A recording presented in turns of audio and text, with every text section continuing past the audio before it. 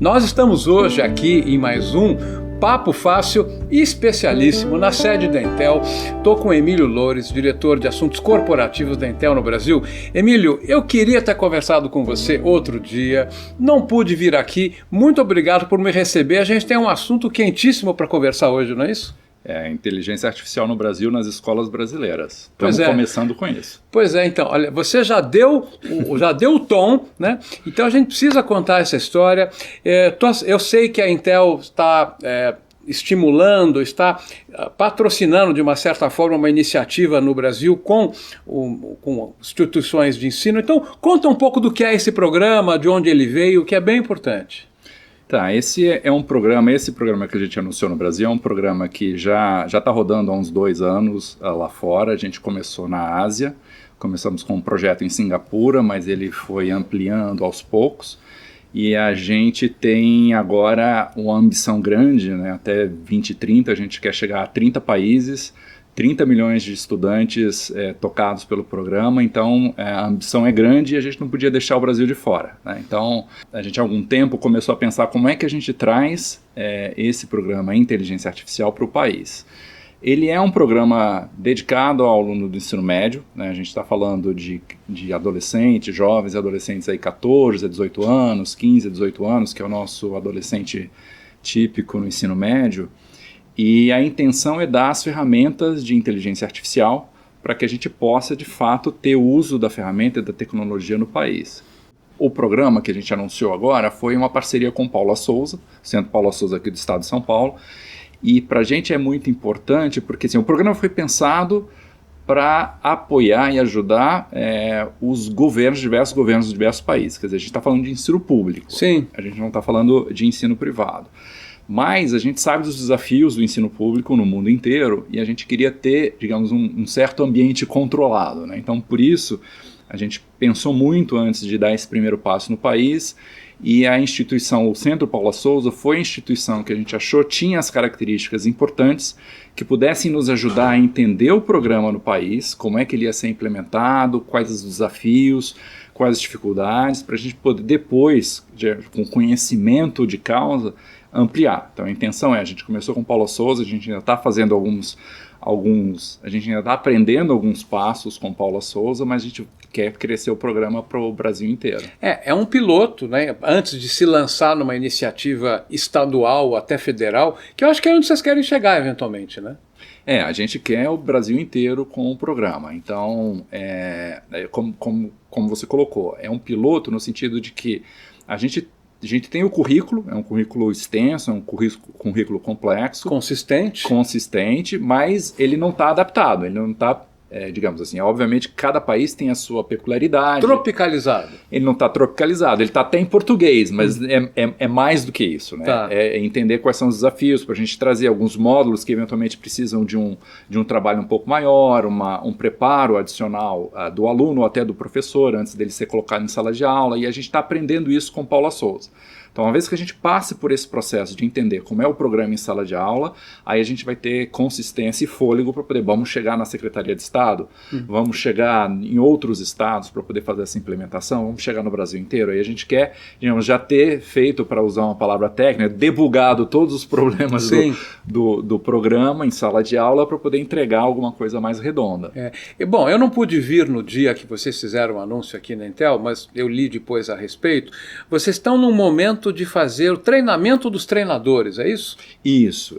Uma das coisas que é importante para a gente é que a instituição ela se apropria do programa e tem a capacidade de fazer a expansão do programa na sua própria rede. Então, o que a gente fez foram 2 turmas de professores treinados, entre 30 a 40 professores do Paula Souza que passaram pelo programa, e aí a intenção é que esses sejam os replicadores dentro do Paula Souza para outros professores do próprio Paula Souza.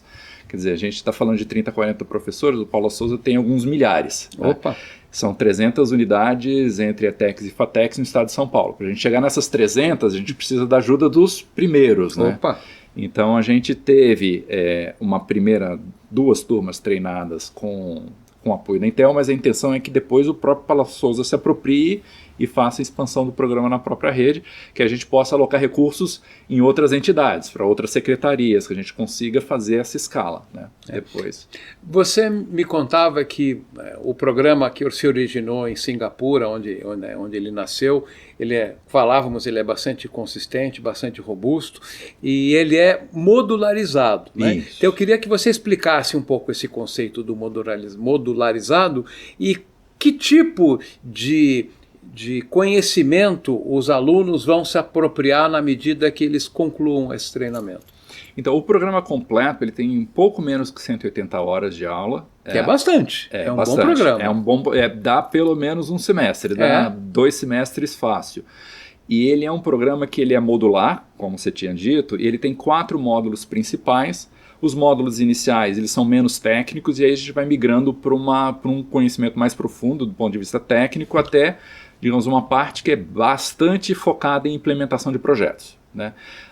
Obviamente a gente tem interesse que o programa seja entregue de forma completa, né, do início até o final, mas ele pode ser pinçado, ele pode ter seus módulos pinçados a depender da necessidade, do interesse da instituição. Quer dizer, pode ser que haja um interesse específico numa parte que é mais computação visual, ou em processamento de linguagem natural, ou numa discussão que é mais sobre ética e os vieses eventuais na aplicação da inteligência artificial.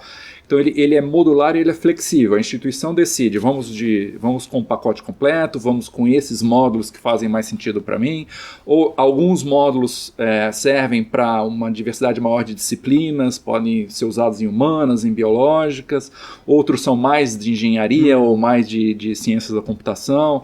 Então ele é bem flexível para poder se adaptar ou adequar à necessidade da instituição e o interesse do aluno, né? Então ele é pensado para poder ter essa flexibilidade no uso, mas obviamente a gente tem interesse em que ele seja entregue integralmente também, né? E me parece também que um dos resultados que vocês vão obter com isso é desmistificar no melhor sentido a tecnologia, porque pessoas que ainda não tiveram a possibilidade de experienciar a inteligência artificial de alguma forma, acham que é uma coisa meio mística, é o grande guru que está em algum lugar, e não é bem isso. Na verdade é algo que as próprias pessoas podem construir em seu próprio benefício, aplicações, né? Exatamente, ela é muito menos digamos, etérea do que a gente imagina. Ela é muito prática, né? Na realidade são ferramentas de computação que se valem dos dados que estão disponíveis, né, e que querem produzir alguma coisa. Quer dizer, ela serve para resolver problemas.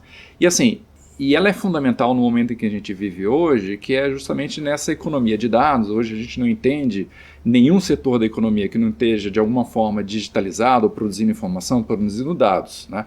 E esse volume de dados que é gerado, ele não consegue ser trabalhado de outra forma. Quer dizer, intervenção humana vai até uma determinada escala. A partir de uma outra escala que a gente vai vendo cada vez maior, por conta de 5G, por conta do IoT, por conta de uma série de outras tecnologias que estão evoluindo, você vai precisar de alguma coisa que dê conta de forma automatizada de tudo isso que é gerado. E na agricultura, ou no convívio social, ou na saúde, não há mais capacidade da gente pensar tudo com intervenção humana. Então, a inteligência artificial passa a ser uma ferramenta que é importante a gente dominar para a gente entender aquilo que é gerado e poder produzir alguma coisa que retorne em benefício da sociedade, da economia. Ela é uma ferramenta essencial e é nesse espírito que a gente está tentando promover o seu uso, o seu conhecimento e a sua desmistificação. Bom, você falou rapidamente, mas eu vou reforçar aqui o nome, AI for Youth, né, é o nome do programa. Para o jovem. Para os jovens, a gente vai voltar nesse ponto daqui a pouco. Mas o que também eu não posso deixar de dizer, eu observo, acompanho a Intel como jornalista ou não há muito tempo, né? Os cabelos brancos aqui não me deixam mentir, e sempre eu vi a Intel tendo atividades ou atuações no sentido de fomentar ecossistemas de tecnologias, principalmente as tecnologias nascentes.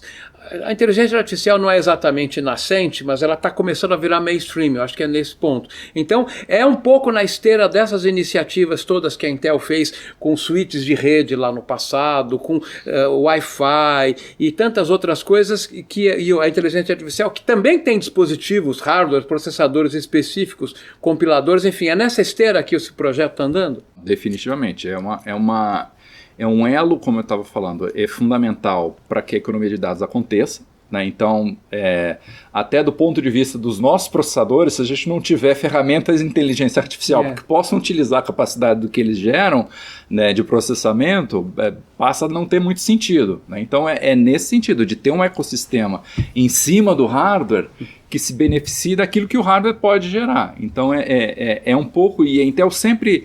A Intel até teve, muitos anos atrás, né, a questão dos white boxes, os servidores, que ela desenvolveu para mostrar que existe espaço para esse modelo de referência. Exatamente. Existe espaço para esses equipamentos, existe espaço para essas soluções, que talvez o mercado ainda não tenha chegado lá. Então a gente ajuda, a gente tenta cumprir ou eliminar alguns gargalos ou suprir algumas lacunas que a gente acha que são fundamentais para que o ecossistema no final se encarregue de levar adiante. Aí a gente volta para o básico das nossas soluções, digamos. Não, e o mundo é dinâmico. Você vai se lembrar do que eu vou falar agora. Antes da explosão dos smartphones, meados dos anos 2000, mas antes de iPhone, etc., a Intel fomentou o MIDI, o Mobile Internet Device, que era um dispositivo móvel, pequeno, que na verdade depois isso acabou sendo normalmente indo para o smartphone.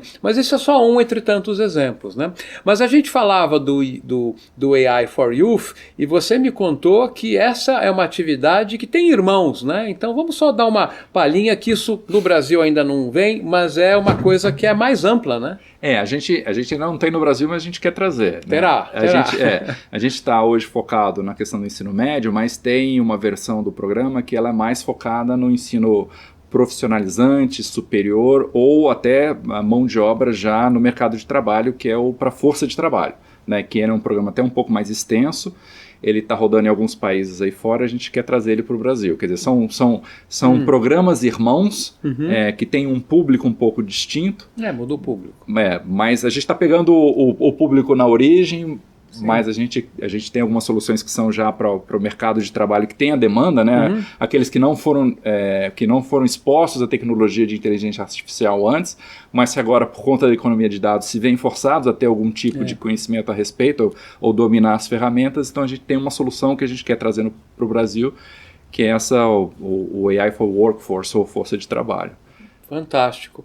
Bom, você, pelo que eu entendi, esse segundo semestre de 2023, vocês, com o Paula Souza, ainda estão preparando a casa, preparando os professores. Isso vai eventualmente rampar no final do ano ou no ano que vem, o projeto com os estudantes mesmo? Na realidade, a gente quer chegar em sala de aula agora no segundo semestre. A gente quer chegar com o Paula Souza em sala de aula no segundo semestre.